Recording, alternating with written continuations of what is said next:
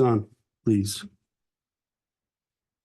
Very good. Well, welcome everybody to this planning board meeting, Wednesday, March 20th, 2024. First item on our agenda is a roll call. You're a little light this evening, but not for a quorum. We have Lisa Buck, we have myself, Phil Ruck, we've got Mike Costello, we've got Bob Bear, we've got Krista Schwinzer attending this evening. Next up, acceptance of the agenda. Can I get a motion, please? So moved. Second. I'll second. Very good. Any discussion or edits or anything?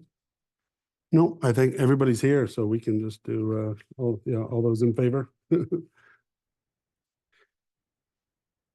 Mr. Bear, all those in favor? There we go. Very good. Next up, approval of the minutes of January 17th, 2024. Can I get a motion for that, please? So moved. Very good. Thank you. Can I get a second? Second. Very good. Any discussion, comments, edits? I would like to have added the discussion between Payson Welch and Phil Ruck in terms of Mr. Welch's credentials. Yep, I can revisit the video Thank you. and see if part of it was missed. Okay, thank you. I did have one small comment. Where was it? Page 6, first paragraph about the maybe 6th line. Isabel Oxley, please pronounce your last name. Exley, thank you. I'll remember that. Isabel Exley added that she was not initially comfortable. Is there a missing word there? Oh, I'll Not have a look at that. Initially. No, that's good. Krista, you're rubbing off on me. I know. Any other comments?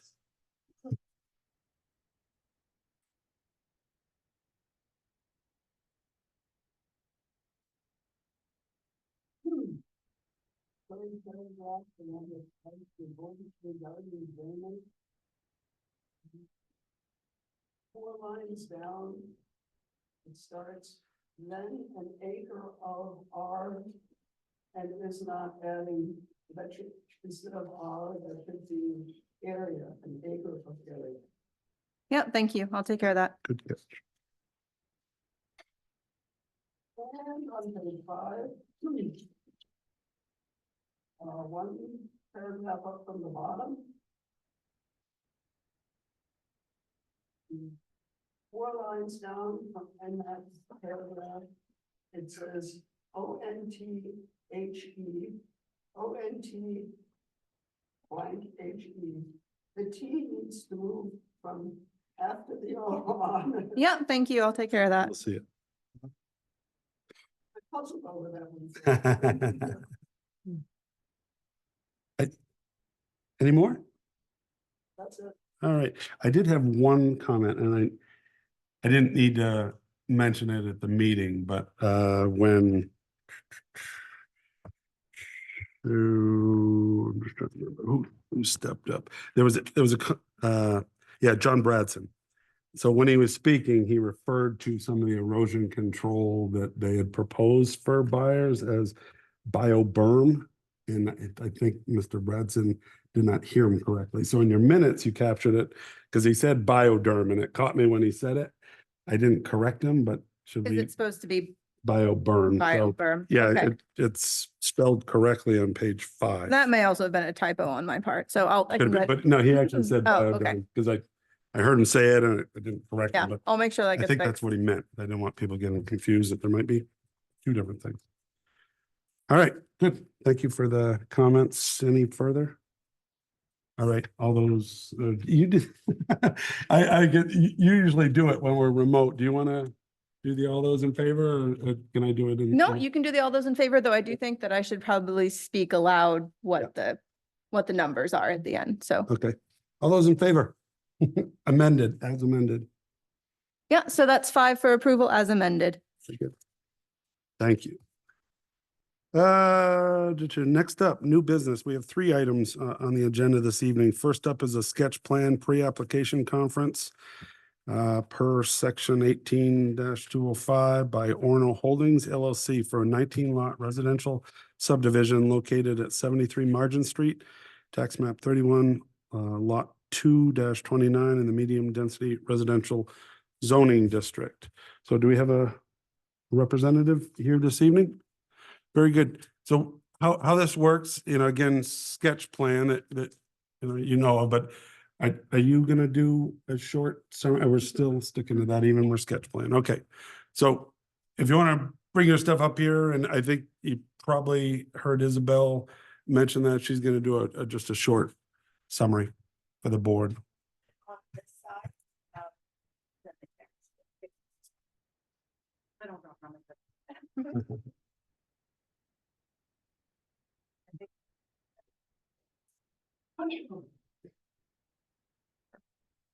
Isabel, you're up. Okay. So as was mentioned, this is a sort of pre-application sketch plan review for Sunrise proper subdivision. This was, I think, the language in this section of the ordinance that talks about pre-application meetings, which is section 18-205. It's kind of left over from potentially before you had like professional planning staff, where everything would have come to the board for multiple meetings. Mhm. A lot of the pre-app stuff normally is now handled by staff, but for major subdivisions, there is an option for applicants to come before the planning board to get some preliminary feedback. So that's what the applicant is here for tonight. This will be a major subdivision under our ordinance standards. It's for a 19 lot, as mentioned, residential subdivision with approximately 990 feet of roadway. The red outline is the property in question here, and I'll flip to the next slide in just a moment, but they are focused specifically on only a portion of the property. This property is within the medium density residential zoning district. A portion of it is also within the resource protection shoreland overlay. And then there's a portion that's also within the aquifer protection overlay as well. And this is, just for your knowledge, tax map 9 lot 15. Excuse me. So this is the overall sketch plan that was submitted. So you can, as you can see, there's sort of an existing roadway coming in currently, and then they're proposing to essentially beef up that roadway and then create an additional roadway to serve the 19 lots with a cul-de-sac at the end. So I just, instead of doing sort of our typical key review items, I just wanted to bring for your attention some considerations that have already been brought forward by myself and other members of staff, just for discussion purposes tonight. So the first one is in regard to buffer areas. Section 18-210 D4E notes that the planning board may require a buffer strip when the proposed subdivision will be located adjacent to a use where the separation of those uses is desirable. Buffer strips shall not be included in the calculation of any required open space, and that the subdivisions should be designed and built so as to afford maximum possible solar exposure to all dwelling units. What I really want to point out here is really the planning board may require, it's not always a requirement, but you may want to have that discussion this evening so that the applicants can go back and begin their full application submittal. And I wanted to bring to your attention sort of if you feel that there's a need to define a buffer requirement between this property and the adjacent lots that are shown on the submitted plan. I also just wanted to bring for your attention section 18-210E3. The planning board shall, wherever possible, require that underground utilities be placed in the street. And then there's a number of other items there, but just so you're aware, the fire department does recommend the use of underground electric utilities for ease of use of their larger trucks in new subdivisions like this. So unless there's a reason why that wouldn't be possible, that would be the recommendation from staff in this instance. And then the Public Works Director also pointed out that the sketch plan currently shows a sidewalk on sort of that first road segment coming from Main Street, but not on the second segment that ends in the cul-de-sac. And just so you're aware, sidewalks will be required throughout the development as part of this major subdivision, according to our ordinance standards outlined in table 7.4. And then in terms of stormwater management, another comment that we had provided to the applicants was that Johnny Mac Brook is one of Orono's more significant natural resources. So potential impacts from the proposed road to the brook, including any slope disturbance, will need to be further discussed. Just so you're aware, where this is a sketch plan, obviously full erosion and sedimentation control and formal stormwater management hasn't yet been submitted for your review. But that will be required submittals as part of the full subdivision review. So those are just some key items that I wanted to bring up. I outlined some additional items in your memo, which I have also provided to the applicants and their representative. This evening, there's no formal decision that can be made tonight. Obviously, we don't have enough information to make any sort of formal decision, but really you should hear from the applicant. You can ask any questions relative to the ordinance standards, which I cited in my memo. And you should be aware that at this point in the process, planning board comments are advisory in nature. They haven't submitted any sort of full application at this point. So. Thank you, Isabel. Just my recollection on this process, we haven't had a sketch plan in a long time. So my recollection is, I remember the only action we would ever take is you're deciding whether it's major or minor. You already stated that, so there's no formal action, but that used to be what we decided. Right. And again, we provide comment, but Right. The ordinance yeah. specifically notes what is the differentiation between Yeah. major and minor. So we have that done for us. okay. Yeah. Very good. All right, you heard the review. Do you want to add anything to that or just? I think Isabel covered pretty much everything. Very good. It's you guys having an opportunity to look through her notes and comments and staff comments and giving me any feedback that you think I should or need to take back. And when we do the preliminary. So Sounds good. it's pretty basic. It's 19 residential lots, new road, used to be a gravel pit. And he's trying to develop it into something usable. Yep. Very good. So this is not a public hearing. So this is just discussion from the board. We give them some guidance and then we'll see him at a later date. So comments from the board, just internally, I just want to mention, so when preliminary comes around, full-size set of plans for me. This time, this was fine, but just these, yeah, so, and I couldn't remember, because we talked about this last time, did we determine who wanted full-size sets? So I just want to clarify that. We did determine a number of full-size sets and we can check in with you all before the next meeting about who actually wants them, but I have the number written down. Yep, thank you, appreciate that. What?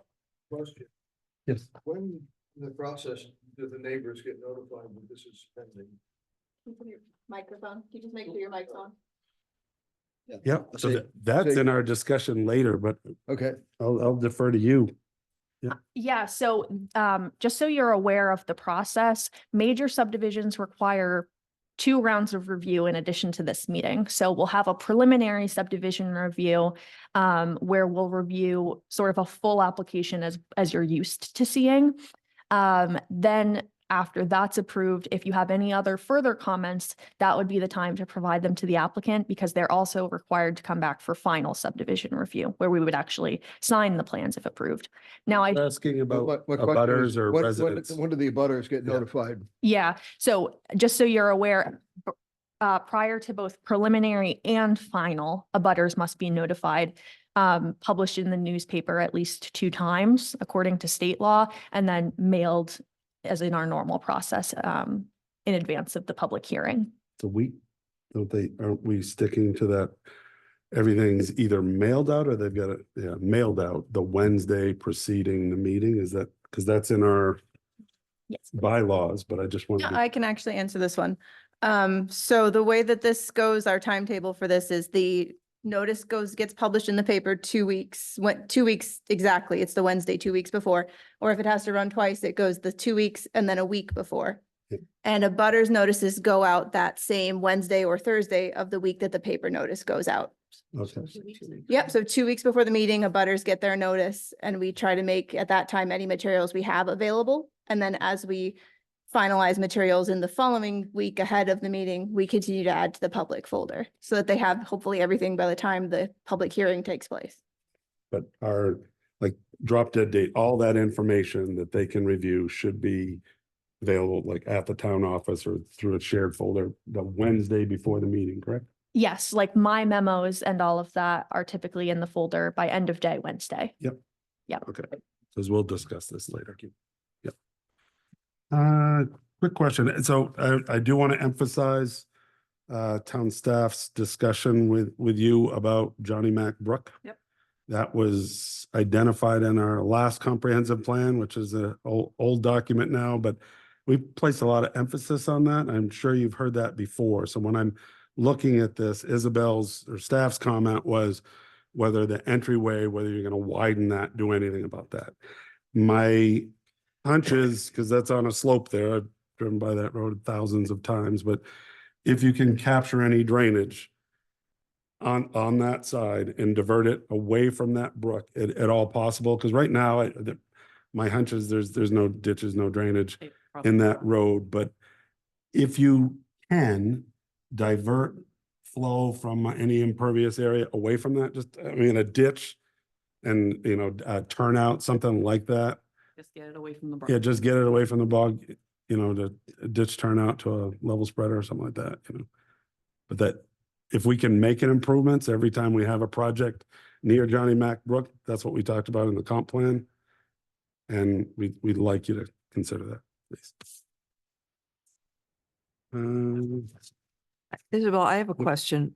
You said that we may want to talk about buffer areas Yes. tonight. Can you tell me what we should be talking about? Yep. So I'll go back to the ordinance section that I cited. So it's just so you're aware, 18-210D4E. And it says the planning board may require a buffer strip when the proposed subdivision will be located adjacent to a use where separation is desirable. Now, obviously, the properties along, I can actually put it back up on the screen. Oh, well, actually, she has it on the plan. The properties sort of along Main Street are existing residential properties. This is residential to adjacent to residential. But I wanted to bring it to your attention because there's not a buffer requirement outside of the planning board may require. So if you want to require it, now would be the time to communicate that with the applicant. And that could be something like, you know, even as simple as fencing or tree planting or some sort of screening requirement, or just maintenance of a required buffer strip along that back property. That's all wooded now. Yeah, the only issue potentially is that's actually a sewer easement for the town. So, you know, plantings in there may come at a cost Yeah. potentially, you know, with that being an easement, and they like to keep the easements clear of vegetation. So it kind of be a little bit of a balancing thing. Just for residential subdivisions, I'm just thinking of past examples.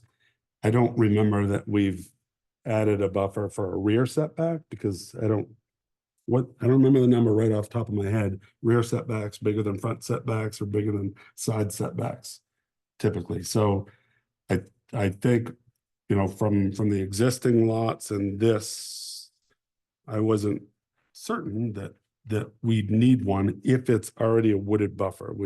I think Isabel's point where we could just make sure that you're not gonna disrupt, you know, that tree line or, you know, right up to the setback, something like that. And that might be sufficient. But The rear buffer and the front buffer are both 20 feet. Yeah. That's something. I mean, how deep are those lots? This dimension right here is 150. By 156, and then you take 20 off of that for the setback, you know, so. And the houses probably aren't gonna be set, well, I don't know that, but they might not be set too far back. Well, you know, if you take the 20 off the front and 20 off the back, that's still Yeah. gives you, you know, 140 feet. Yeah. My lot in Brewer is 100 by 100, so that's a lot bigger than I've got. What are thoughts on that? What, and Lisa, you brought it up, were you thinking, based on Isabel's comment? I just want to make sure that I knew what we were discussing. Yeah. Um, Hey, I'm can gonna- we, Isabel, can you put the aerial up there just so we can, I just want people to see the wooded buffer that's there now. I am having a little difficulty hearing, so I Okay. may have missed something somebody said. But I think with respect to the buffer, if we have a buffer between the existing people along Main Street and these new lots, then I think the neighbors are going to be a whole lot happier. mhm. You had one picture that it showed, I thought it showed the subdivision, and you can kind of see where that wooded buffer is. This is probably the, Yeah, I mean, that's fine, yeah. so this yellow is the entirety of the property, so you can kind of see existing conditions, at least at the time that this aerial was taken. So right now, they can't do anything within that 20-foot setback. Well, actually, could they, right, so maybe, again, Krista, to your point, and maybe that's what you were getting at, whether we make them preserve that, the vegetation in that 20 feet. Because that ensures that this new development, Mhm. I mean, you at least minimize to some extent the impact on residences on Main Street. Mm. I mean, that's not unreasonable. I mean, they shouldn't have to clear that with a lot that deep, but thoughts on that? Yeah, I'd be in favor of that. I agree with Krista. The least amount of disturbance we can do here, the happier the neighbors will be. Others? This Please. is the gated right now off of Main Street Road, not the road that goes down to OBC, right? That's correct. So you can see OBC Road is just at the top of Right that. at the top of the yellow. Mhm. And it's, yeah, you're right. It's the other end of what Sunrise Materials, back when they had a back way down there or something. So it's a fair buffer strip. That seems reasonable to me. My hunches will likely hear from the abutters, Mhm. if they show up and make a comment, but preserving the vegetation in that 20 feet on the back of the lot, that, I don't think that's unreasonable. That work, Krista? I'm sorry, you're Yeah. proposing to leave some of the existing vegetation as a buffer? Mhm. Yeah, within that 20 feet, because if it's heavily wooded now for almost that entire length, if they left all the vegetation, you can't clear in that 20 feet, that'll, Yeah, I think that probably would work because 20 feet isn't a whole lot of distance when you're talking about trees, Mhm. but that edge of the woods has been there for a long time, Mhm. which means that there are all kinds of branches which are low right at the edge there. And so it's fairly thick, actually, probably. Mhm. And so I think 20 feet will work. okay. People generally agree on that? Again, we're providing guidance, not Mhm. requirements this evening, so, Taking notes. yep, there we go. Good. Are any of those trees gonna be problematic trees when the homes go in? Where That's they're good- at risk good of point. falling or collapsing or causing There's gotta damage? be a Where the homeowner caveat or would be something. saying, why did we leave these trees up, or I need some of these Yeah. down, because they're gonna follow my property anyway? Yeah, what, Maybe a comment about diseased or damaged trees, Yeah, something along that give a line little flexibility. That's a Yeah. Good point. that you could put on the subdivision plan, tree areas that will be maintained, but with the caveat that if they're diseased or damaged, then they can be coming down. Mhm. Similar to the state language on shoreline where you can clear Yeah. a certain number of trees. That seems reasonable. Mhm. Other comments? Again, Isabel had a whole summary here. I just picked up on Johnny Mac and with the buffer. That's a good point. Other guidance? Oh, I do want to ask the question. So, yeah, I almost missed this. In the past, another comp plan item, and we just don't have many subdivisions, so I forget about this from time to time. I see you included that easement off the end of the cul-de-sac for connectivity. Mhm.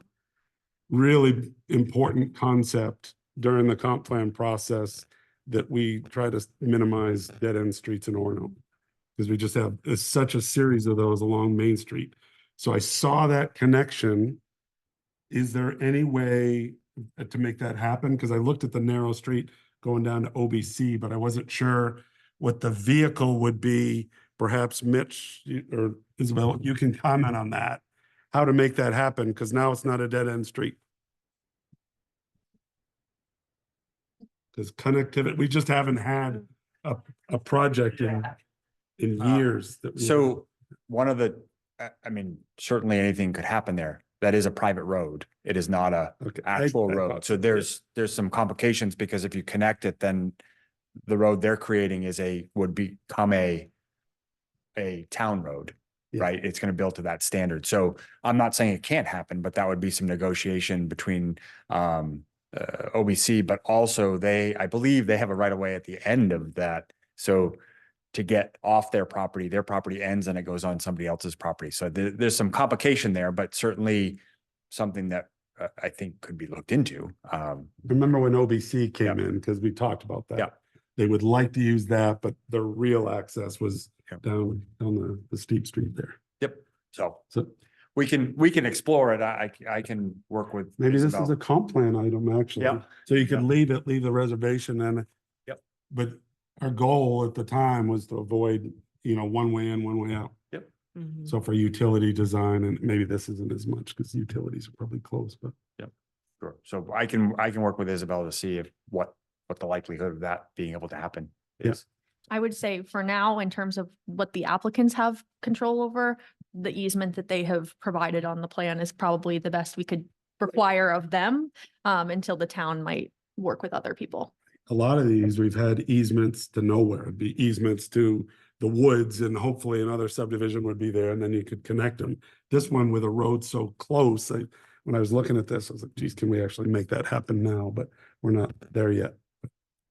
Maybe closer to reality. That easement would be hard to get because you'll actually be selling all those lots completely around that cul-de-sac, right? Oh, There'll be no it's- empty lot there, will there? See that little Oh, space there? that's an easy, okay, that's That's- open. Mhm. Okay, Right, it's the right of way width that they can, they can go through Connect it, it. so it won't be, it won't be a cul-de-sac then. Well, it will be, but slow people down. yeah, it will.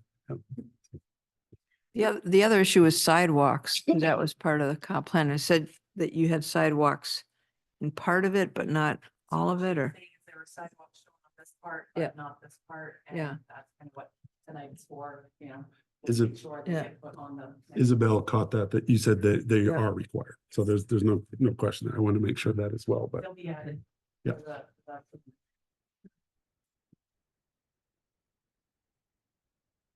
I really didn't have much else.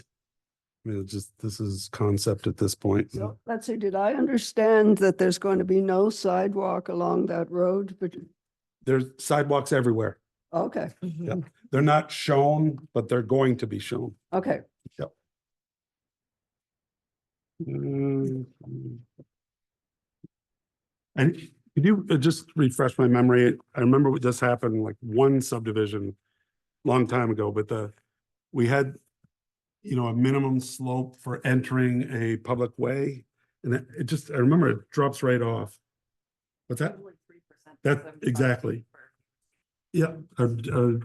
Did we meet that? I saw you had a profile, but because it's just pretty steep coming off of Main Street. And I'm just, But we'll make sure it does. I mean, that's a DOT thing and that being Route Right. 2, we would have to do that anyway. good. Just the only other thing I thought of. That's all I have. Anybody else? Are you thinking in a month or so? Not that I'm just curious on your time. Hopefully. Yeah. But my boss is on vacation for 3 weeks and I have 7 planning boards, so and most of them are preliminary first phase, so there's a lot of, next month, this is what's gonna happen, so the goal is yes, but we'll see. Scott takes vacations. His birthday was Sunday and he spent it in Ireland, so, Yep, well, there we go. Yeah. Lucky guy. yeah. All right, I think that covers us, right? Yep. Good. Thank you. Thank you. All right, next up, we do have a public hearing this evening. This is a site plan review application by Alice Sweat to allow a mobile food vendor to food truck per section 18-152 to operate at 2 Main Street, tax map 27, lot 2-54 in the Village Commercial Zoning District. Do we have a representative? Do we have somebody here this evening? So I believe that they are intending to participate over Zoom. I hope if the representative is here, they might raise their hand to be promoted.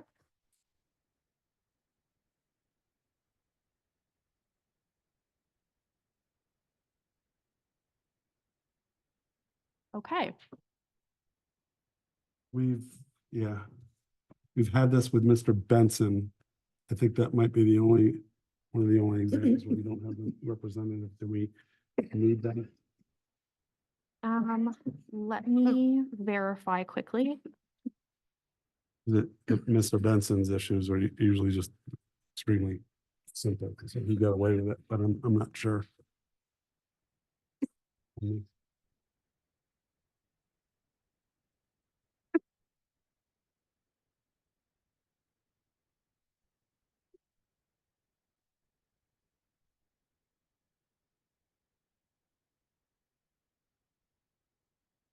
No, this is a relatively straightforward item, but I just, What I was trying to make sure of was that there's not a specific requirement that they attend. And Nope. as far as site plan review, I'm not seeing a specific requirement that someone is available to answer questions. That said, if there's a question that you have that can't be answered, then we would need to table this item. all right, I'll put it to everybody else. What are your thoughts? This is a relatively simple application. Are we going to wait and table this, or do you want to proceed? If we can, I suggest we just go ahead because it is so simple and we've approved something similar for them before. Yeah, I agree. Bob? Yeah, I think we should go ahead and Okay. act on it. The only issues we had before was already addressed here. We're gonna be to the river. Okay, we're moving on. Isabel? Yeah, the only thing I can find is that a party may have the opportunity to speak. So I think we can go ahead and move on. Let's try. Okay.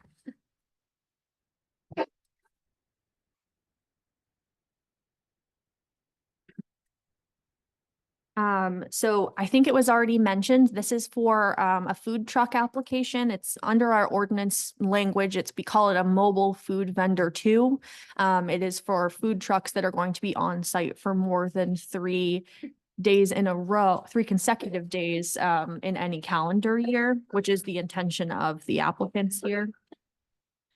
It is required to be reviewed under a site plan review. And the applicant here is Alice Sweat. It's Marsh Island Brewing at 2 Main Street, if you're familiar with that site. Again, they're requesting site plan approval in order to have a mobile food vendor 2, a food truck on site. This is in the Village Commercial Zoning District, and the property is also within the limited commercial shoreland overlay as well. The property is up on the screen, but it is map 27 lot 2-54. And this is the site plan that they drew and provided for us. So the gridded out area that you're seeing would be the interior of the brewery and the tasting room. They have a deck out front currently. And then the food truck is proposed to be sort of within the existing paved parking area / driveway. Although the hatched, let me see if I can put where my cursor is, this hatched area where there's a no parking is currently the road, sort of the roadway to get into the site.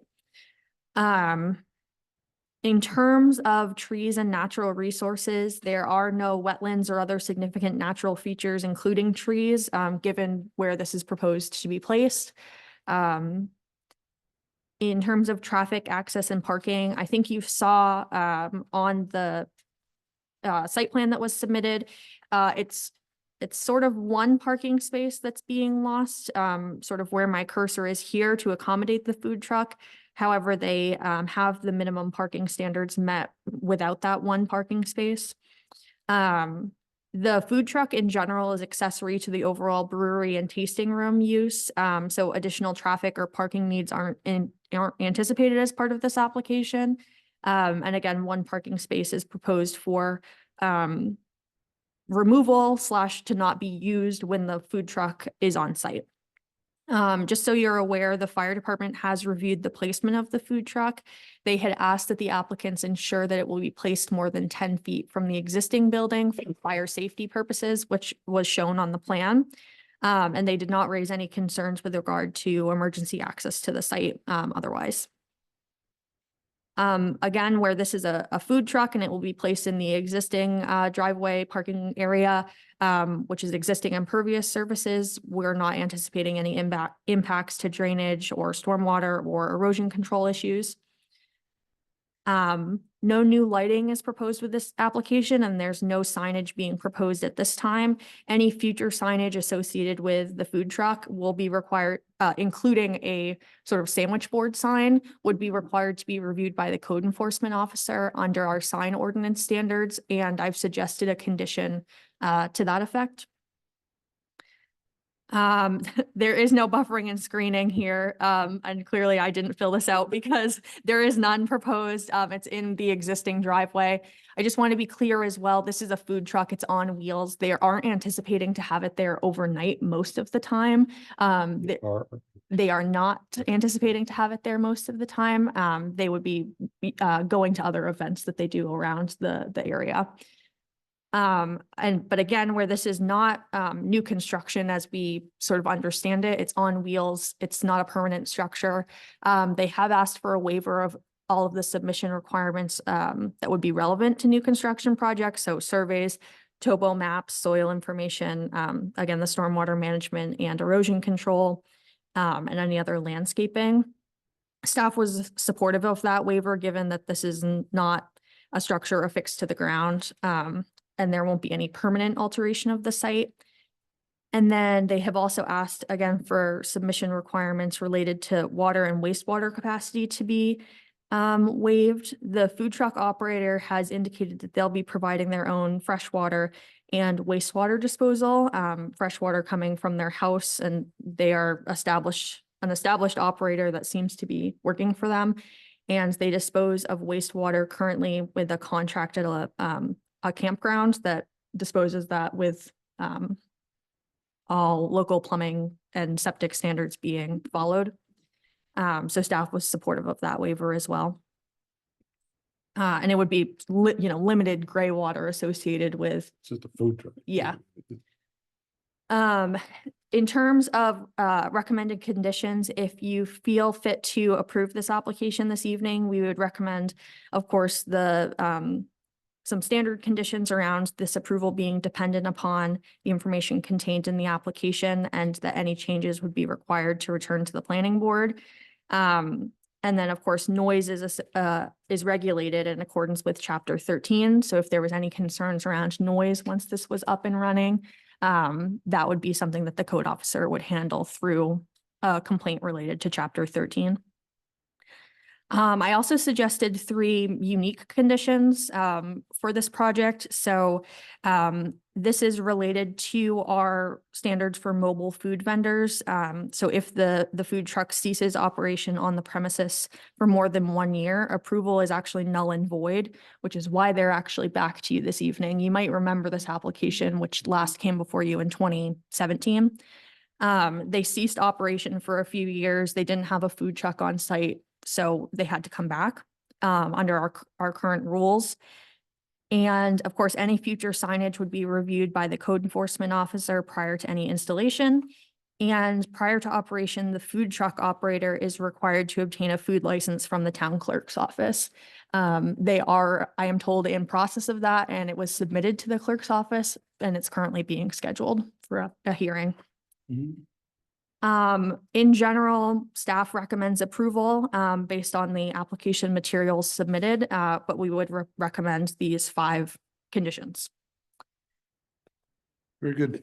Before we open up the public hearing, are there any questions for Isabel? Not the applicant, but yeah, you get them all this evening. So just be clear that they're losing one parking space, but isn't that located in the village commercial? There's parking everywhere. Right, so it's located in Village Commercial. We allow some of Yeah. the town's parking spaces to stand in for on-site parking, so they can still be met with the removal or the not being able to use that one space.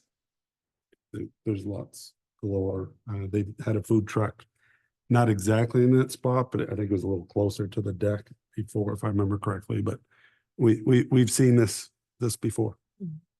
The only thing we were concerned with before and as now is that that vehicle coming and going never blocks access to that drive for those apartments back there. Yep.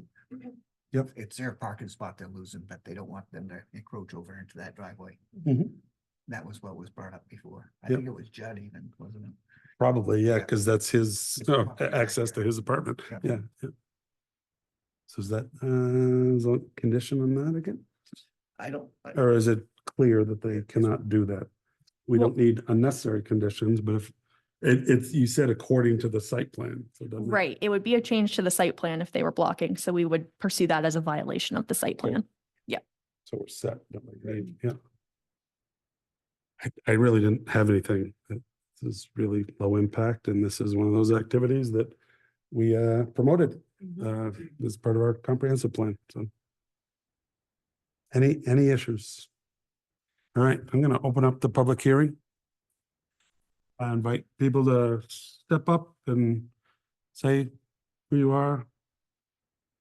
Any issues? Mitch?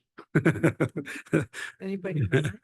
I'm All not right. seeing anyone on Zoom. Yeah, I was gonna say, that's the next question. Anybody on Zoom? Nothing? No. All right. I think this one's simple enough. Usually I wait a little bit, but I'm closing the public hearing. Last call. We have, actually waiver request first. Yeah, yeah. We need to make a motion, vote on the waiver requests, and then we'll vote on the application itself. So the waiver request, if you recall, Isabel had a slide with what they've asked for. That was in the summary packet, but it's a quickie reminder, Isabel. If you want.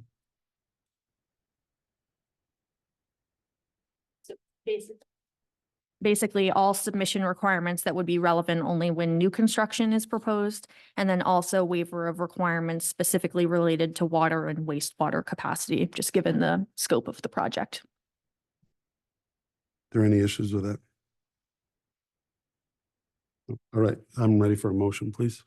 So I move that we accept the requested waivers that were in the packet. Do I have to read them?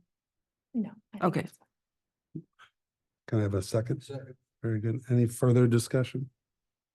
All those in favor? That's 5 in favor of approving the waivers, not opposed. Very good, thank you. Next up, propose findings of fact, or what? Yeah, I gotta remember the process. So I'm not reading them into the record. Do we need it? And really, we have standard conditions. There's not much deviation from your proposed findings, so. Yeah, so if you're looking to go with the findings of fact and conditions of approval as drafted by staff, you can note that you're looking to presumably approve, because that's what my findings are, Yeah. approve the application with the findings of fact and conditions of approval dated March 20th. Just, I forget that we can almost, it would just breeze through that unless there's been enough discussion to affect your Yes. proposed fine. Good, I'm just making sure. Very good. So I think we're ready for a motion based on Isabel's handy dandy, Can make a Summary motion if sheet. you'd like. let's do it, Mike. Want me to try it? Let's do Since it's all spelled out here in front of me. I move to approve the site plan application of Valor Sweat dated February 22nd, 2024 to operate a mobile food vendor food truck at 2 Main Street per the findings of fact dated March 20th, 2024, subject to the following conditions, and the 5 conditions are noted previously. Gee. Nice. That I'll makes it really second easy. that. Thank you, Lisa. Any further discussion? All right, all those in favor? That's 5 for approval, none opposed. All right, next up. This is a long overdue effort, but this is very welcome. We are discussing revised planning board bylaws for section 18-42, subsection B7. Isabel had a lot of red line strikeout on the old bylaws, which were last redone in 1990, did I say? Yeah, so it's time. So Isabel, do you want to give us a summary of what we're reviewing? Yeah, so included in the packet for this meeting were some suggested amendments to the bylaws. I do want to add that I went back through the record related to this. You had discussed this at a number of meetings in late 2020. Mhm. Obviously, there was a lot going on in 2020, but so we couldn't find record of any changes ever being officially adopted by the board. So my edits here include both what you had discussed as far as I could tell in late 2020 related to bylaw amendments. And then I also included based on our November meeting where we had pretty significant discussion around sort of process improvements. I wanted to capture those written down somewhere. So this is not intended to amend any ordinances or sort of go beyond any authority. We are granted the authority to adopt bylaws under section 18-42 of the town's land use ordinance, essentially to govern how meetings will be run and what we require of folks.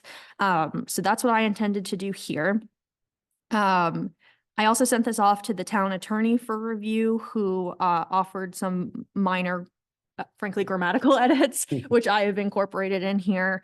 So this has been reviewed by our town attorney. And in general, again, is meant to capture sort of the conversations that we've been having around process improvements and how meetings will be run. Mhm. Thank you, Isabel. Can I ask, I mean, they're very thorough, and a lot of good language in here, but based on my review, but was there another example in your travels that you based this off of? Yeah, so I have, as you are aware, I work in a number of other communities. So I kind of took the best practices of Nice. other communities to create I like this. it. Yeah, and some of this is sort of frankly beyond any issues that we've experienced so far, but at least gives us the authority to point back to something and say, this is what we, base our meetings off of. This is how we've written it down and described it. So it's really to alleviate any future issues. Great. Do we want to just step down through? I've got comments throughout, but you could see that there's a lot of dated language in here. Would you like to just step down through the document? Just. There we go. All right, Isabel, I'm gonna defer to you and then we'll chime in as we go, okay? Okay, so in general, I added just, again, I just cited the section that gives us the authority to adopt bylaws, but I wanted that to be in here as well. So that's really what the purpose and authority section is regarding. And then in terms of membership, I'm hoping I'm not, I don't believe that I'm changing anything, especially with regard to C, but I am clarifying sort of when we would be appointing an associate member, who that associate member would be, and then also just a note in terms of both being in accordance with our ordinance, but also maybe best practice, is that when any associate member is appointed to a full voting member, they will attend Maine Municipal Association's training session for planning board members. Some of you have probably attended that in the past. Great training session about how to be a full voting member and a requirement of our ordinance. So I put that in there. Great. Any issues? No, I read that a couple times. It reads well. Oops.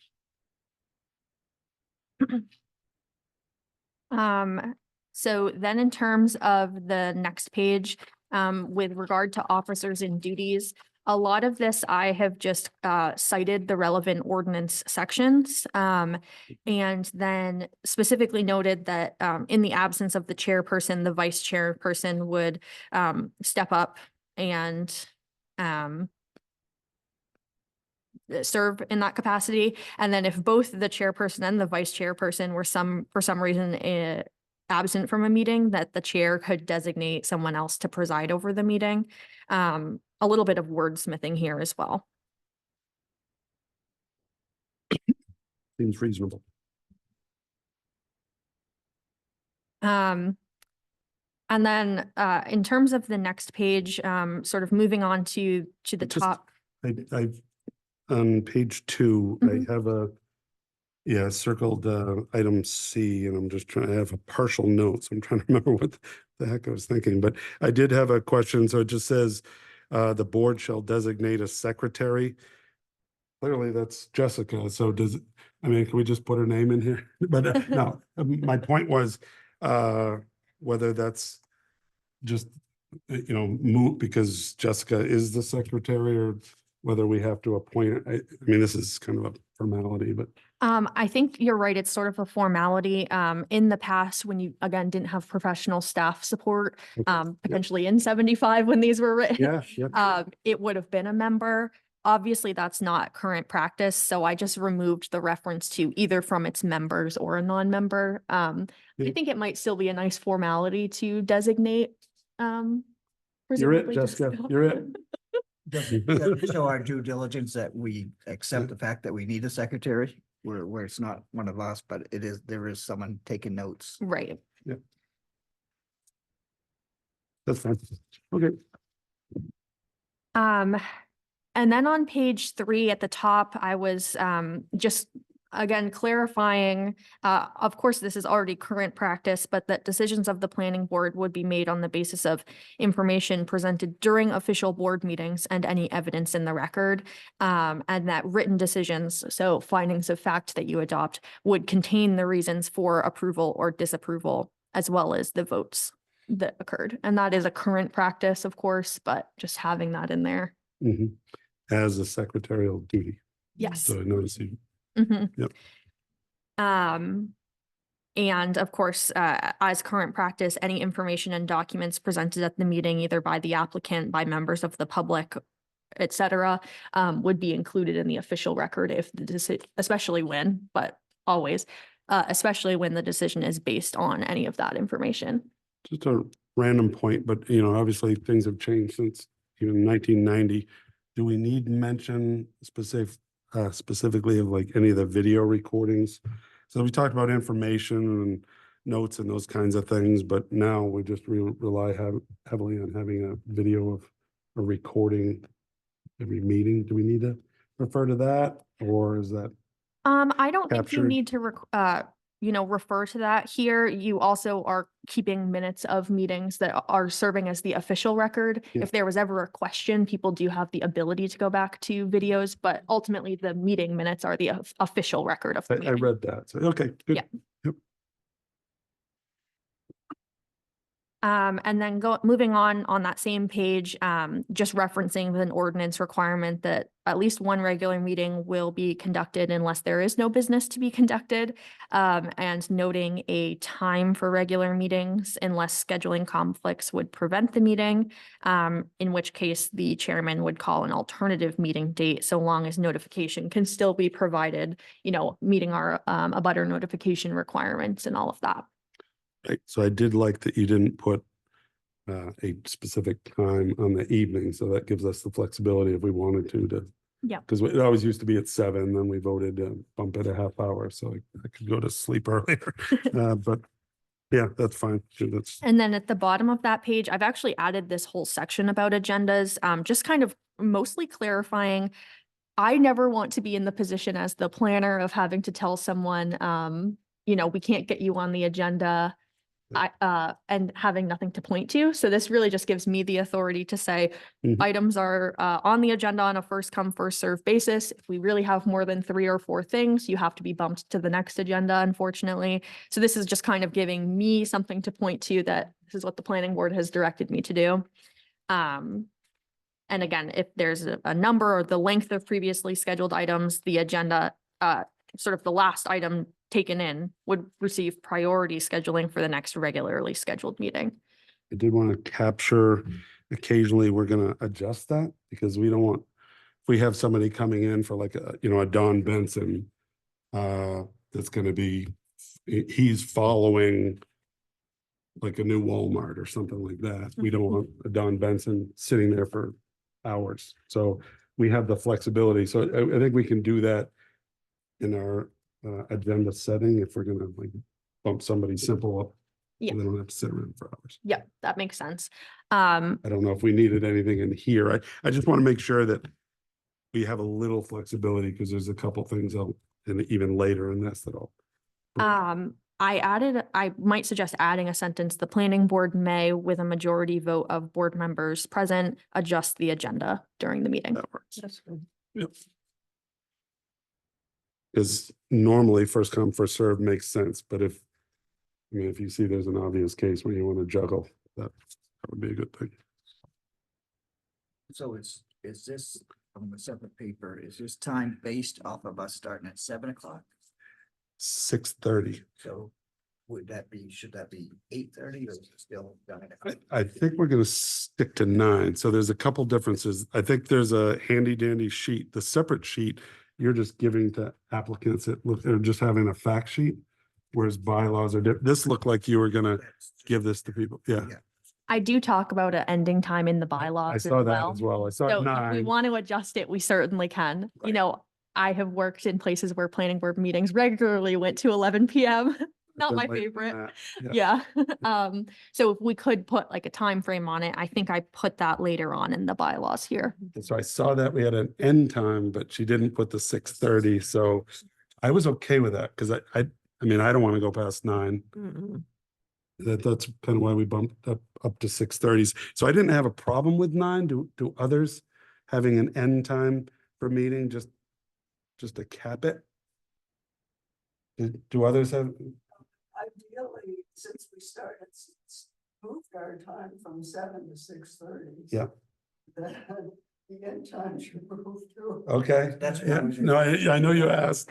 I wasn't sure because 9, for my 9 was okay. I don't want to go past that. Do you want to say 8:30? 2-hour meeting? We might have meetings which are going to push that. We don't have many, but there's on occasion, we might have something that might take a little longer. I So think somewhere in here, if I remember reading it correctly, there was an option for the chair to. Yeah. If we all agreed, we could go overtime. right. Yeah. So, yeah, we could do the same thing with 8:30. Mhm. I'm okay with 9, just personally. I don't know what others think. I don't want every meeting to go till 9, but there are occasions. If we ever have something like the credit union, I remember Peregrine way back when, those meetings are gonna take a while. So 8:30 may limit that. Because by the time you get through minutes, whatever else, maybe that's a half hour. So now you're potentially giving them an hour and a half. And that might not work. Stick at 9. Yeah. And I remember when we used to go till 11, so this is way better. Yeah, people get punchy that late. It's not effective. I also think it affects the expectation from the public in terms of how much they are allowed to speak. There, somewhere in here it says 5 minutes, but if we set a time at 8:30, then or 9 or whatever it is, but I think it's important that the public understand how much time we're going to be sitting here. So No, it's yeah. good to have a stop time. Yeah, I agree. Yeah. Yeah. Everybody okay with 9? Is that That's good. okay? I'm sorry I brought it up. I was just trying to coordinate No. the start time and finish time if the 2 papers didn't meet. Yeah. Mhm. It was my intent, but nine was always fine. Good. We skipped around a little, but I'm at the top of page 4.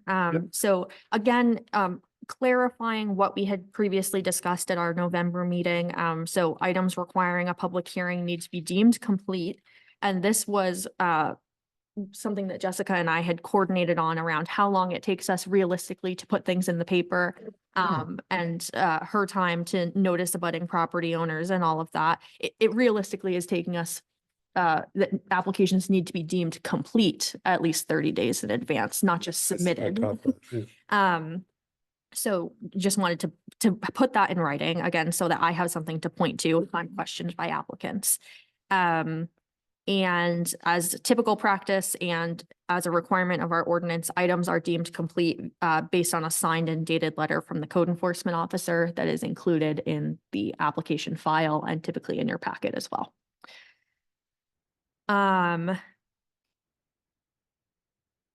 Agendas and where they're posted, that is our common practice currently, so I wanted to note that in there. And I wanted to make sure that you're comfortable with a 1 week in advance posting time, so by 5:30 on the Wednesday prior to the planning board meeting for all application materials, including any staff review memos or draft findings of fact. Can we jump back? I had letter C to discuss Mhm. whether, again, maybe this list has been around for a while, but I just wanted to know whether that list is current, acceptable, whether it needs to be expanded.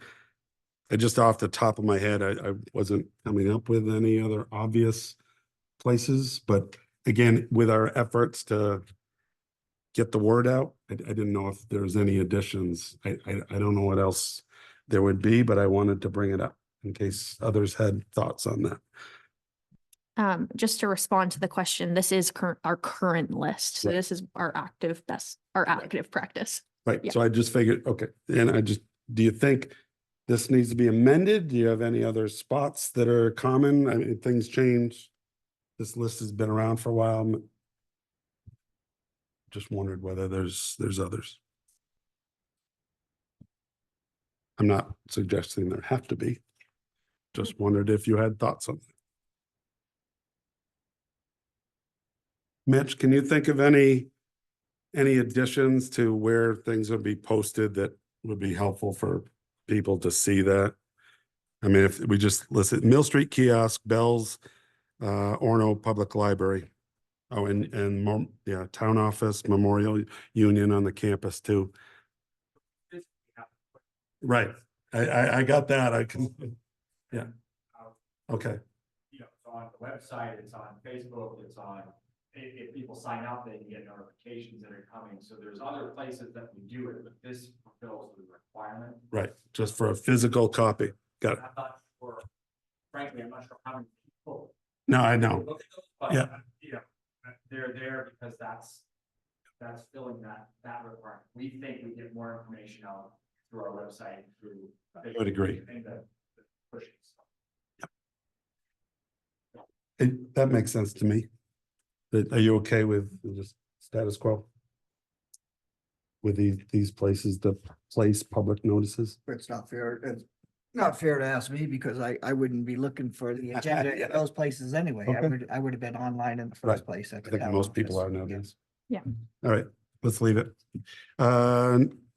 Okay, so this was the item that came up at a recent meeting, and I'm trying to figure out, so the 1 week has been on the books for a while. And there was public comment at the last meeting about having adequate time for the public to review submission requirements and provide their comment. So it was brought up at the public meeting. You didn't propose any change, but I flagged it so that we could discuss it, whether the timing needs to change. And I do just want to note, there's not currently an ordinance requirement requiring, when it needs to be posted. So this would be something that's sort of at your discretion if you want it to be. Right. You know. So basically now, the public, or, some of these copies, the public has the same amount of time as planning board to review this. Yeah, And that's how I looked at it. yeah, our goal is to get them out by end of day Wednesday, which is, and we're typically mailing you your hard copy packets if you utilize that on Thursday morning. So We always get the email from Jessica, steering us to the folder. So that's the question. You remember, it was brought up at the tail end of our last meeting. So question to you, and I don't remember how we talked about timing years ago, and maybe it was the stuff you found in the record, and that's probably what it was about, but is it sufficient for planning board members to have 1 week to review stuff, and as well, the public to have 1 week to review and comment prior to a meeting? So that's my question for everybody is, what do you think? A lot of other people operate a lot like I do, and that is, things don't get urgent until they get close by. So if I had it for 2 weeks, I wouldn't begin to look at it until after 1 week anyway, so. I think what you were referring to was one of our meetings where someone had a document that they were wanting to be part of the record and wanted us to read it right then and there. Actually, no. No, So that that is was- correct. So there was a document that was presented to us that was a lot to take in, Take in. but there was a comment from the public that, alluding to adequate review time on their part. Yeah. So when I was looking at this evening, I wanted to address that question, and it made me think, when I'm looking at it, like I said, right now, board members have the same opportunity to review materials as the public. And that seemed to be reasonable to me. The next question is whether a week is enough. You weighed in again. For me, a week is fine, but I wanted to discuss it because it was brought up by a member of the public and it affects our. I think Okay. if we have something, I think if we have something controversial and somebody in the public really wanted to dig into it and oppose it, they would want time. They would start 2 weeks ahead. Yeah. And they would want time to consult with other people and look stuff up on the web and whatever they are doing to build their case. So if somebody wants to build a case, they want more time. For any, and I'm just wondering, this is a good discussion, but for any project like that, usually some of the larger ones, there may be multiple meetings, like if it's a controversial subdivision, something like that. I wonder if they have enough time. One thing I did note, and I just want to bring this up too, that the council has less of a notice requirement, I believe. I think I heard that from a counselor recently, that they have 1 week is longer than council. Because council agenda packets typically are going to go out on later in the week. I think it was like a Friday. So counselors have a shorter window to review stuff than we do. Thursday, the agenda has to stay open until Thursday. Okay, And then for the following Monday. okay. Per count, Yep. by order. So that will go out on Thursday, sometime afternoon on Thursday. Right. With all the materials.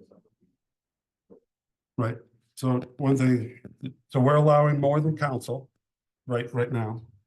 And then the other thing I heard Jessica mention was that you two get material, or the office gets materials 30 days in advance, and you try to put stuff in the folder sooner than that 1 week. yeah. So often there's material in the folder, maybe not everything, like you said, you might not get it, but we talked about the drop dead date a little, half hour ago, that by that Wednesday, you've got to have everything, but there, in likelihood, there might be more opportunity than a week if it's in the shared folder, correct? Yeah, so we also have in these bylaws that it needs to be deemed complete 30 days in Yes. advance. So, with that in mind, we would be having application materials that are essentially complete That's what I'm 30 days thinking. in advance. This 1 week timeline is really about my workload, frankly, and when I'm able to get my memo and draft findings out to you. We would theoretically have application materials 30 days, so 4 weeks in advance. So I think we're well covered with a week. I think so. I wanted to discuss it. I Lisa, agree. what do you think? Yep, a week's fine. Okay. Okay, Perfect. all right, I'm okay with a week. all right. And again, you understand that with larger projects that might have a little bit more interest, that do your best to get stuff in that folder sooner so people can see it. Yeah, like 30, closer to the 30 Yeah, day mark. if you can, you just get it in there sooner. Okay. And then the abutters notice will go out, so people that are adjacent to a project, I mean, they're gonna get that notice, because you said 2 weeks. Mhm.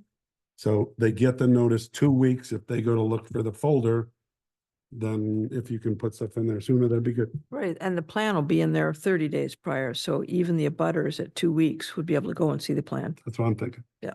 So just as a note, the abutters cards, and I believe possibly also the paper notice, direct people to look at those materials. So I do put whatever we have Right, in the folder 2 weeks ahead of time when those cards go out, because I want people to get the card that's right. and be able to check the folder. So the only thing we add later is what is still in progress, but anything they've submitted to us that's finalized goes in the folder 2 weeks before the meeting.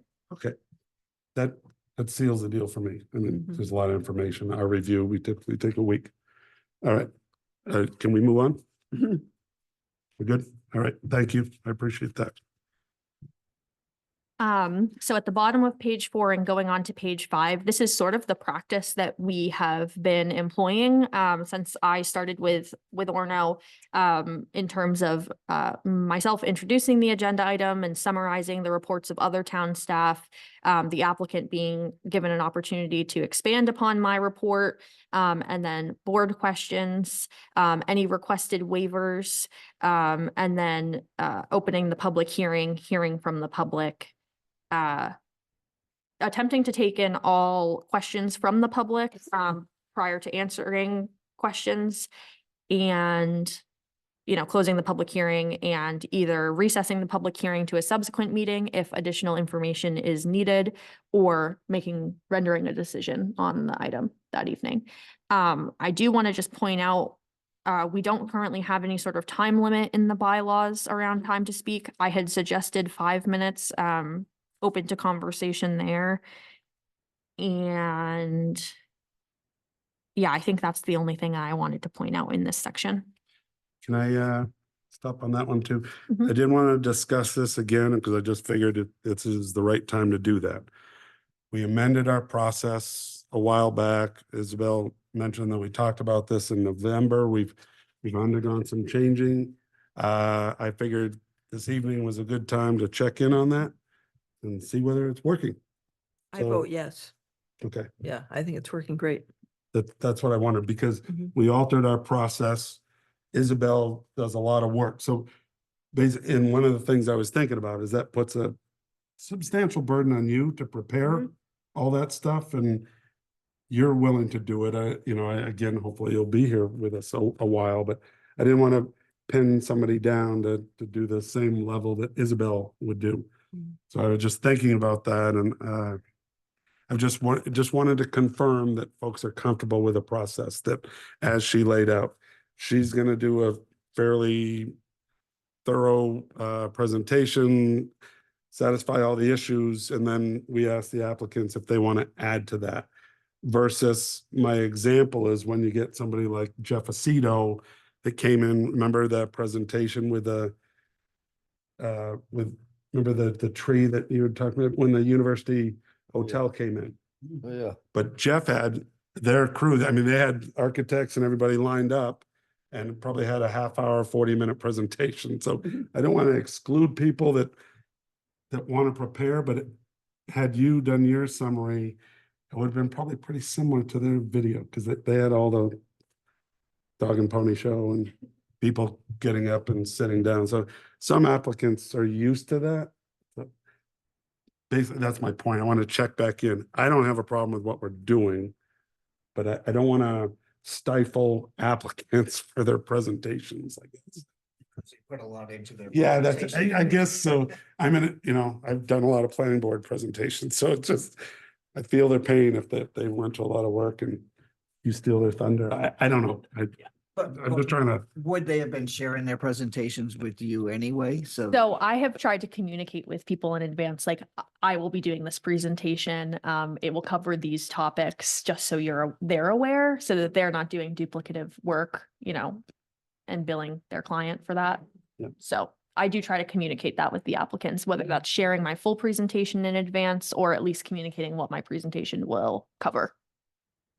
I think it might allow people to focus a bit more, because if you're doing a bunch of the legwork, they can fill in the details.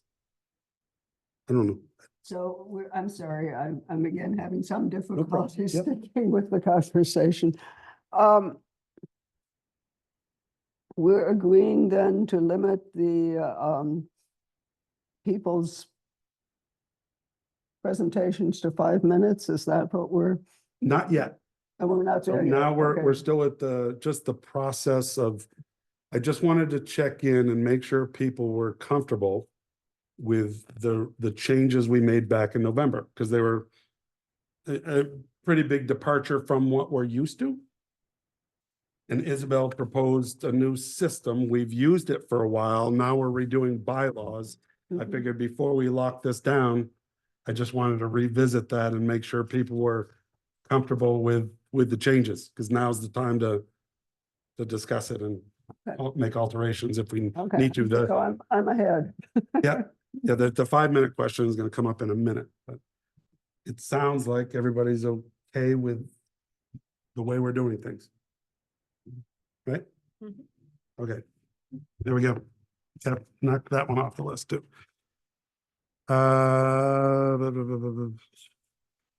Next up, did you get to number 4 yet? Did you go by that? I wanna, number 4 on page 5. No, I hadn't talked about that yet, so. feel Okay. free. Either way, I'll jump in. Yep. So it said, we got to vote on the requested waivers and determine whether or not they agree with staff's determination that the application is complete via a formal vote to that effect. And I just want to clarify, we're not talking 2 votes on this issue, because I think we vote on the waivers, and how I read that is that then we vote again saying that now it's complete. Is that your intent? So, this is a good question. I went back through, Maine Municipal Association, who also hosts the planning board and zoning board trainings, puts out a manual of sort of their best practices. And one of their recommendations is that before getting into any sort of substantive review on an application, you are both, so 2, voting on waivers and voting on application completeness. So currently we vote on waivers, and that's a typical process. They suggested potentially doing an additional vote regarding completeness of the application. Staff, and I noted it above, the code officer already makes a initial determination before we send anything to the planning board. So it's sort of a formality in that effect, but might be a best practice that you want to consider going forward. Thoughts on that? You think, are we okay with 2 votes if it's recommended by Maine Municipal Association? You're gonna have to remind me, because I'll, again, just prompt us if it's changes like this, but again, we vote on, just like we did tonight, we vote on a waiver request, and then we would need another vote basically to confirm that everything's complete and we're moving on to public hearing. From a process standpoint, are we okay with that second vote? Because that's new. I think it works. And in the past, we've essentially done that because we've discussed the waivers and voted on them. And sometimes there was quite a gap between then and when we did the final vote. And, here we're just more do it typically rather than doing wait it till you close to tell the me to do it. final vote. Yeah. Okay, so I don't, it's not a huge time extension, so are we okay with that? It's best practice, that's fine. All right, thank you, Isabel. Good catch. So the next part is sort of with regard to opening the public hearing from the public. Again, I had suggested a 5-minute time period. I've seen municipalities as low as a 3-minute time period. 3 to 5 is kind of the typical. And discouraging, again, repeat testimony and making sure that we're getting through the meeting in such a way as everyone feels as though that they are heard, but also that we are giving anyone who wants to speak an opportunity to speak. This, again, might be sort of my past experience of very packed rooms where we had to have a time limit, but just wanted to put it out there that it would be great to have something in writing so that we can point to that if there's ever a question around length of time. I'm not a fan of 3 minutes. I think 5 is sufficient based on past history. Our meetings over many, many years, we haven't had meetings that have been so full that we had to limit comment. So 5 minutes seems to be a good default. I'm wondering if, can you put in language, I guess that would be tough. If, depending on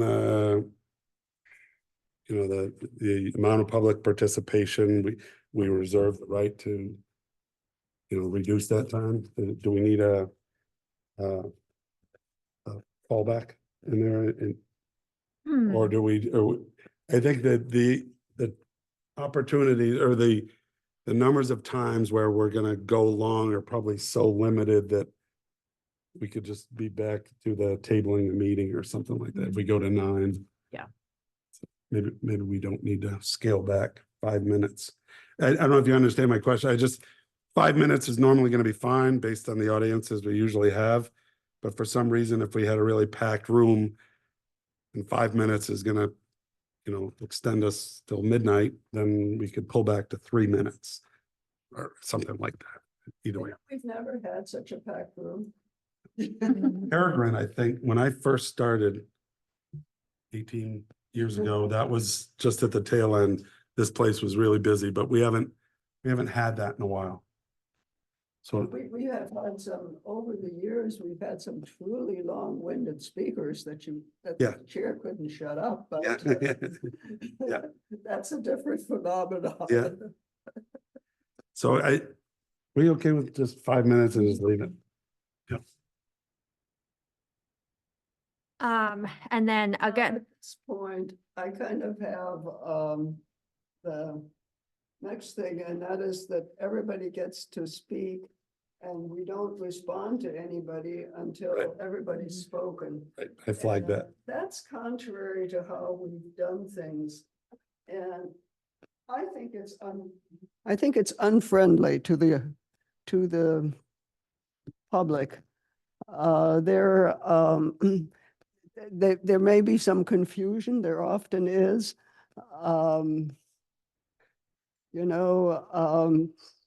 Isabel may have explained everything very clearly, but it went that way.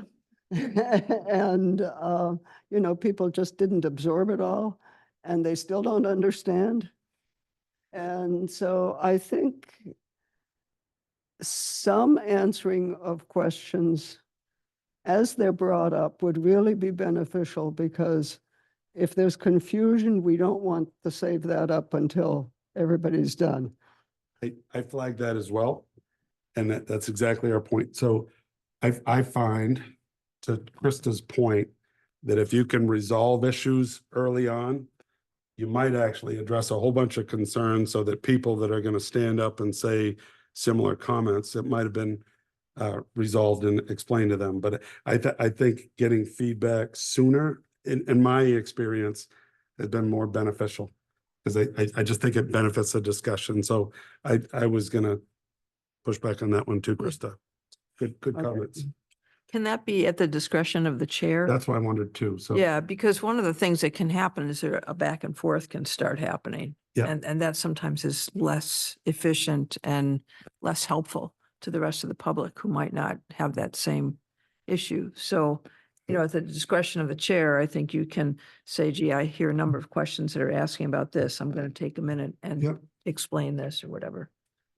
my comments throughout this, and to your point, is just to create more flexibility for us. So it's not not locked down, that we have Right. just a little bit of wiggle room and Right. structure. I think this is with regard specifically to item 7 there. So I had written at their discretion, the planning board may answer questions raised by the public after everyone who wishes to speak has been heard, or to direct staff or the applicant to respond to any questions raised. Maybe we just add something to the end throughout the course of the public hearing. Yep. Okay. Yeah, it's something that just allows us that flexibility that we're not directing them. Yeah, just review that and make certain, please, that you captured our comments. Good. Thank you, Krista and Lisa.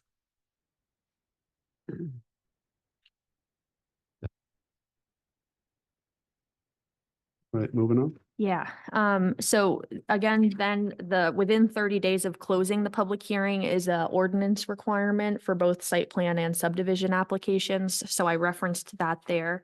That's mostly for the applicant's sort of due process benefit, so that we're not keeping them on the hook for multiple months while we attempt to render a decision. It's deny or approve with conditions, I suppose. Mhm. And then I had noted that in general, the planning board meetings are all open to the public. The public is allowed to hear everything being said and to view all exhibits. The public may have a right to speak during items advertised as public hearings on the posted agenda unless otherwise allowed by the chairperson. And then this is actually where the town attorney suggested some comments. There may be instances where the planning board would need to have an executive session to talk with its lawyer about, pending proceedings. So he had suggested that language in C at the end of page 5. And then moving on to D, that's just around what we had already discussed around the 9 p.m. end time. Good. I took, and then just so you're aware, on page 6, I took out all of this information on site plan review. I found it to be redundant to your already posted ordinance requirements. So that was the reason for that. Public hearings, not a ton of changes here, except for where I removed the part about limitations, because we have already addressed that above now, and modernized that all public hearings are no longer tape recorded, they're video recorded. So I just put simply recorded. And then this is at the bottom of page 7, referencing ordinance requirements. So at any hearing, a party may be represented by, an agent or an attorney. And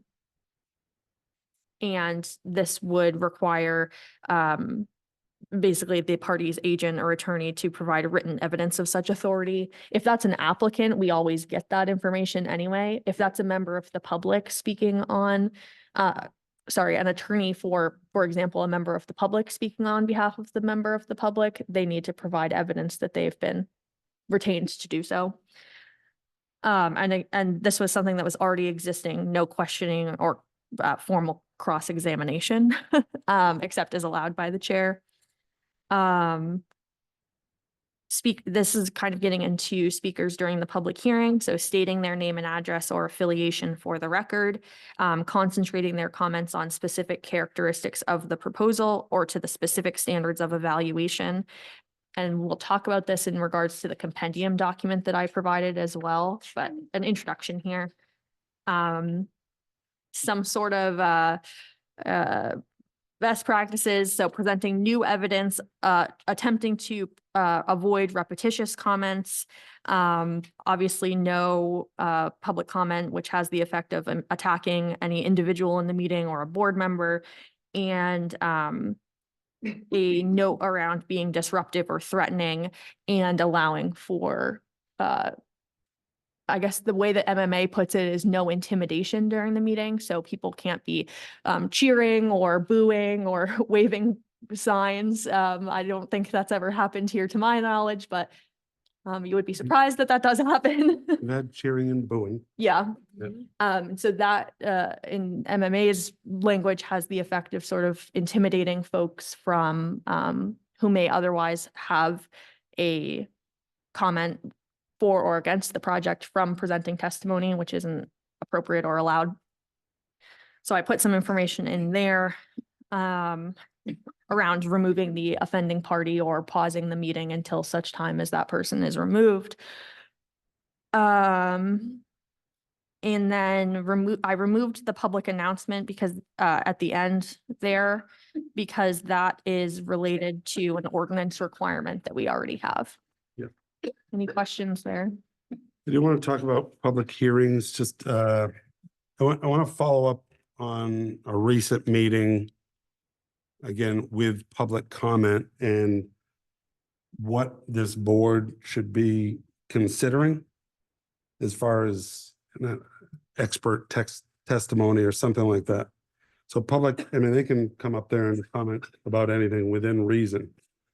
But I want to be clear that this board needs to be careful about considering information that might not be, technically vetted. For instance, there's a lot of discussion at recent meetings about specific information regarding traffic and other things. I'm a licensed engineer. I do a lot of civil engineering. I'm not a traffic engineer. So any type of information that we would receive, I would need to, if I was submitting information, you would have to have appropriate credentials or a license to provide that feedback. So I wanted to be clear with the board that we understood the types of information that that we're receiving. And I'm not sure that we capture that in bylaws, but it's important for our discussion. Because, I mean, that's an ethical consideration as far as, if you're designing or presenting yourself as an expert, you need the credentials to back that up. So for technical information that should be provided by a professional engineer, that's fine. We can receive that information. And we can have general conversations about specific issues, whether it's traffic or not. But we can't have somebody coming in with a structural engineering analysis with no professional engineer after their name. So whether it's a structural analysis, a geotechnical analysis, traffic analysis, those kinds of things, you can have an opinion, but you need a license to be an expert or provide that information. And this is really important to me, as far as professional engineering ethics. And we need to be careful about that. I believe we're obligated to make decisions based on the information that we have been presented. Mhm. And I'm not sure whether, formally presented. So we're not supposed to go out and walk the land and make our own decision. Yeah. And that kind of thing. And so I wonder if we did have somebody, we've never had somebody claim to be an expert. But if somebody did, I think what we would need to do, and if it was interesting information and we thought it was really important, then I think what we should do is take it under advisement, not make a decision that day, send it off to our experts and get feedback. In other words, we send it to our engineer and get her feedback. Conversely, it could be up to a member of the public to, if they want to provide expert or a counter to what the applicant has provided, because our town engineer has already reviewed that. It's acceptable if a butter or a member of the public wants to, if they want technical expertise, it's certainly their right to hire a traffic engineer, a structural engineer, or a geotech to provide a technical document. So rather than us stopping the process and taking that back to our engineer, our town engineer, I'm not sure that that's an efficient way or even a fair way to the applicant. I would think if there's traffic issues, somebody, or, that's been the recent example. But if it's just say it was a structural engineer, you get a stamped opinion or professional letter. Mhm. If it's of a technical nature, I think we need to be careful with that. So what you're saying is that we could table things, and if somebody has a concern about traffic, take it back to our engineer. What if our engineer has already reviewed that and deemed it sufficient? Would we be having unnecessary delays? Because a member of the public expressed a concern about traffic? I just want to be clear. Could I jump in here Please. quickly? Yeah, so I think both of the alternatives that you each are offering would be the appropriate steps. So I referenced this a little bit in the compendium document that I had put together more for public facing that we can talk about. But I used a survey as an example. So somebody could come to the planning board, and legally admissible testimony could be something along the lines of, the applicant's survey data appears to be flawed. I own this property and I know that my survey says this.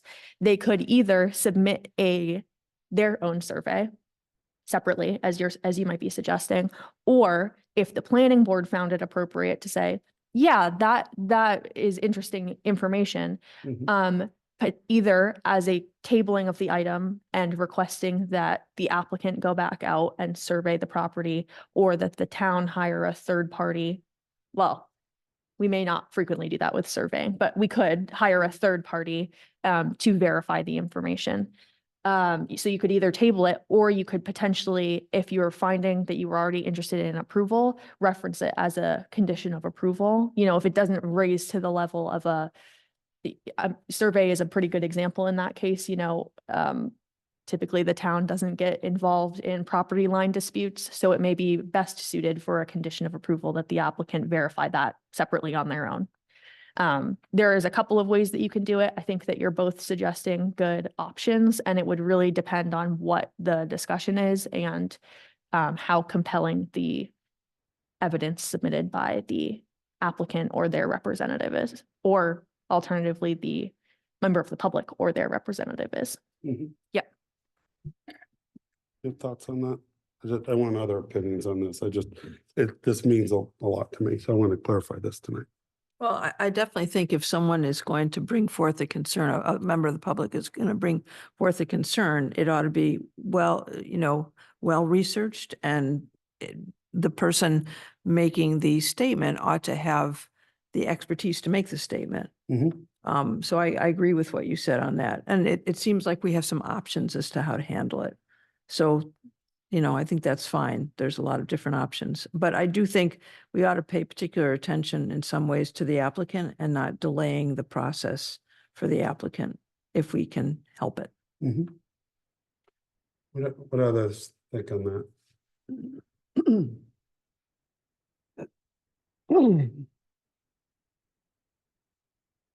Well, I guess I am somewhat concerned that in some cases one can go fishing for the expert who happens to take my side.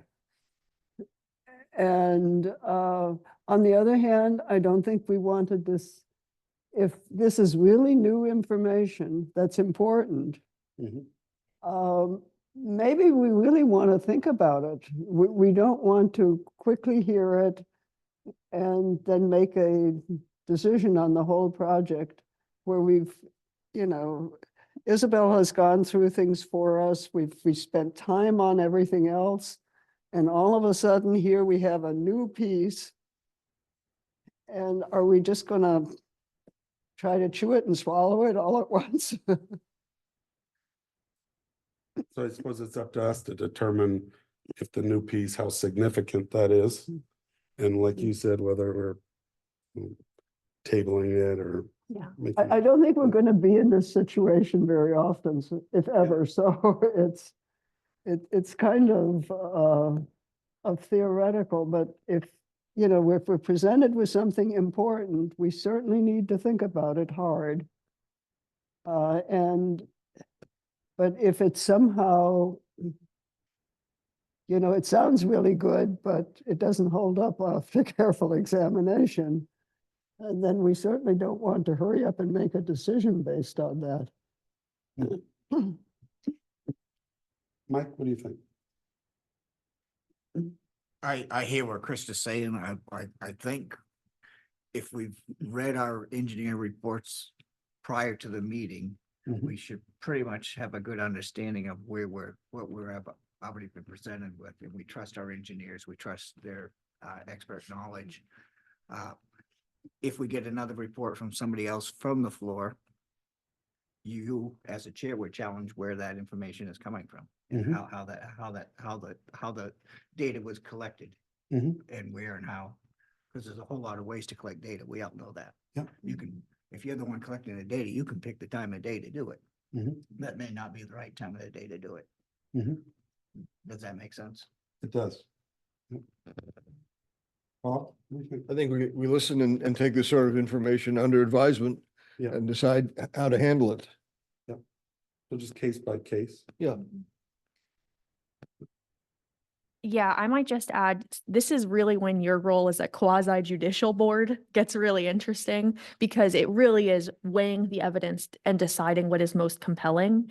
And if that is, you know, a third party evidence that the town has hired to do some work outside of the applicants or members of the public, or any one of those three options.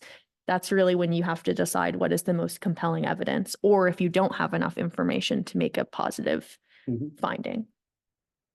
Yeah, I'm not saying that we're, you know, push things through and, I mean, it's always a balance, but we receive information.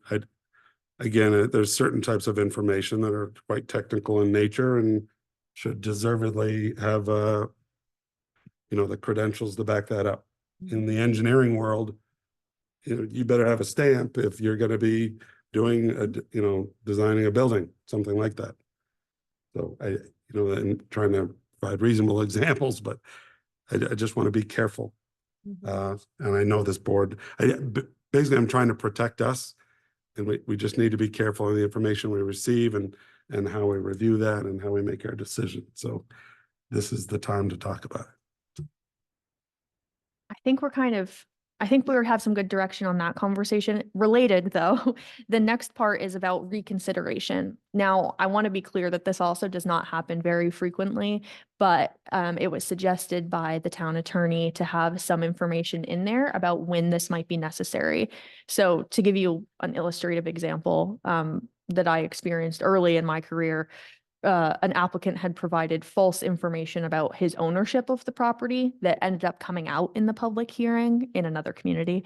And the planning board got that information during the public hearing and ended up having to reconsider their original decision to deny the application based on right title and interest. So I wanted to have something in here because it alleviates a lot of tension for staff and for our town attorney when we have a clear process spelled out for what would happen in that instance. And so that's what we've attempted to do at the end of page 8 and beginning of page 9. Yep. And then really that's all for this document. If there's any other questions, I'll take them, or we can move on to the sort of compendium that I put together here. Moving on. Just one Yep. thing that came to me going back for a second, on the recordings of these meetings, do we need to say anything about where they're going to be on the website, but do we need to say that so that they're accessible? Good question. Our current practice is to post them on the website, typically within a few days after the meeting. If you feel more comfortable specifically referencing that, I don't see why that would be an issue. Maybe just saying that it will be posted within a few days.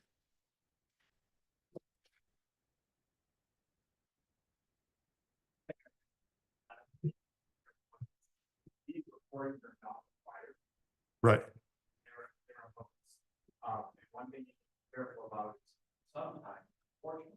technical difficulty. So if it's written in there, you know, there needs to be a clause that says whenever practical, but if sometimes we have issues that we can't do. And I just want to make sure that that is reflected somewhere to make sure that it's not like, well, it wasn't posted. So now, the meeting, the minutes are the actual record of the meeting. When it comes to the legality of what we need to do. So I just want to be clear. Good We do our point. best to have it up there, but we just be careful to make that you're going to be at a certain time. That you can talk. And as you said, I'm not always allowed enough to speak. So just because I said something doesn't mean it came up in the recording, but you might have captured it in the minutes. Good point.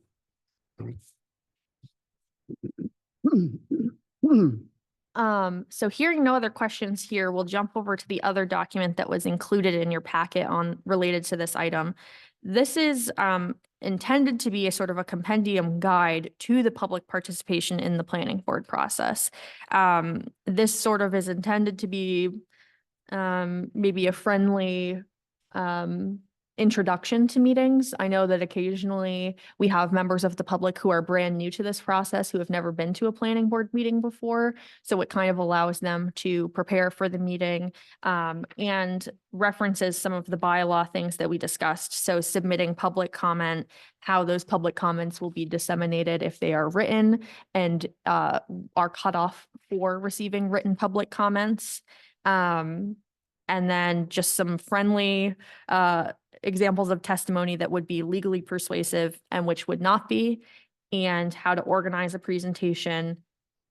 Hearing decorum, which references back to the bylaws. And then I just realized that at the bottom of this sheet, I think I referenced 9:30. So we can change that to 9 based on the direction we've received. Didn't want to catch 2/3 of the way down. Again, just give us that flexibility on board's discretion after everyone who intends to speak is heard. I think we made a change. You were going to add Mhm. something that we can answer questions as we go. Just so it matches up the Bibles.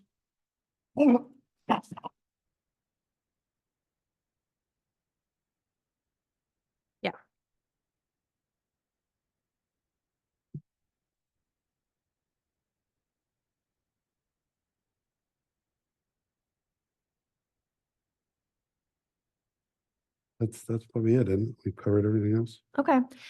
This document, what we would like to do is post it on the website so that members of the public can see it and have access to it in advance of meetings.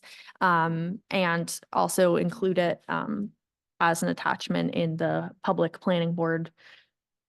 The planning board public file, you know, the one that they're directed to from their postcard that they've received. So they'll have it right there to reference as hopefully a helpful document.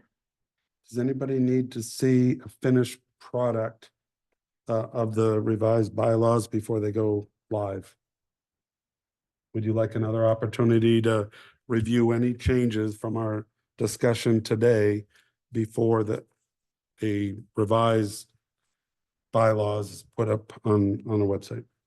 So I would add, this is actually not something I changed, but at the end of the document under amendments, it references that these bylaws may be amended, provided that the amendment has been discussed at a previous regular meeting. So we could adopt this theoretically at our next meeting, Okay. as this is the meeting where we've discussed them. Nice. That covers it. Yeah. Okay. So in our packet, you're just going to give us the final draft and we can, So they will be distributed before we adopt them next time. yes. Yeah, okay. Yep. That We have to- answers we that have to vote question. on Yeah, will we be voting? Vote on it? You do have to formally Oh, there we go. vote on it. Yeah. So then they won't be in effect until after we vote on it next meeting. Correct. So that answers my question. Yeah. Yes. Okay. Great. Any other comments on that? Really good discussion. I appreciate that. All right. Thank you. Yeah, thank you, Isabel. Long overdue. Next up, well, we have the town planner report, a little change in terminology here. You got a hand raised, but I don't know if we're. We're not taking public comment today. Hey, could I put that in the record as registering as being here for that? Yeah, this one was discussion of revised planning board bylaws is not, there's no public hearing involved with that. So, no, excuse me. There's no public comment is what I said. Registered that I was here, Mason Welch, 23 College Ave. Okay, And if you'll have one question, I will add comments, if that's all right. nope. Town planner report, please. So we will likely have an application for our next meeting. Whether that's the pre-application subdivision that we saw at tonight's meeting, or I have sort of in the queue another project that if deemed complete in time will be on our next agenda. It is a office and retail space behind the existing China Garden restaurant, formerly the Burger King restaurant on Stillwater. I don't know if they will be deemed complete with enough time to provide noticing. If not, just take this as information that's in the queue. Okay. Just to be clear, so the bylaws, if we're voting on it, we will have a public hearing. It will next time. It's not specifically required under the bylaws to have a public hearing, so it's more about the planning board rulemaking. So Okay, I will review the ordinance and verify, but I don't believe a public hearing would be required. okay. As long as we're following process. You okay with that? All right. Anything else on the town planner report? I am coordinating with the DEP currently around some potentially required amendments to our shoreland zoning section of our ordinance. That would be something that would need to go through our typical ordinance process. So a council committee hearing, public hearing with the planning board, public hearing with council, even if it is a state requirement. But just so you're aware, that's kind of in my queue as well. I'm waiting for some responses to questions that I had for them before bringing that forward to council. I think that's it for me right now. Just so you're aware, my contract has currently been extended. I think the last update that you got was that I would be here through February, but I'm still here. My contract has been extended through the end of the fiscal year at least. So Right. Yeah. When does the fiscal year end? the fiscal year ends on June 30th. Yeah. Just a brief comp plan update. I don't know if you want to take it or Isabel, just so people are aware. Mhm. Put you to work, Mitch. Just a brief update. Right now, the council is trying to, is working to form the comp plan committee. And they are hoping to have that done at the April meeting. And once that happens, then first meetings will happen and we'll be off and running in that process. Isabel is going to lead that we've retained her services outside of her planning services to do the comp plan piece of that as well. So that's where we are right now. They're working to try to figure out people that they can approach that might be interested in being on this and that sort of thing. So if there are people that are interested in that, certainly reach out to myself or Isabel and we can make sure you get on their list. But they're kind of in that process right now. Thank you. Mitch. Yep. Very good. Anything else, Isabel? Nothing else from me. Very good. I think we're ready for adjournment. Can I get a motion? So moved. Can I get a second? Further discussion? All right, all those in favor? That's 5 in favor of adjournment, none opposed. Very good. See you in a month.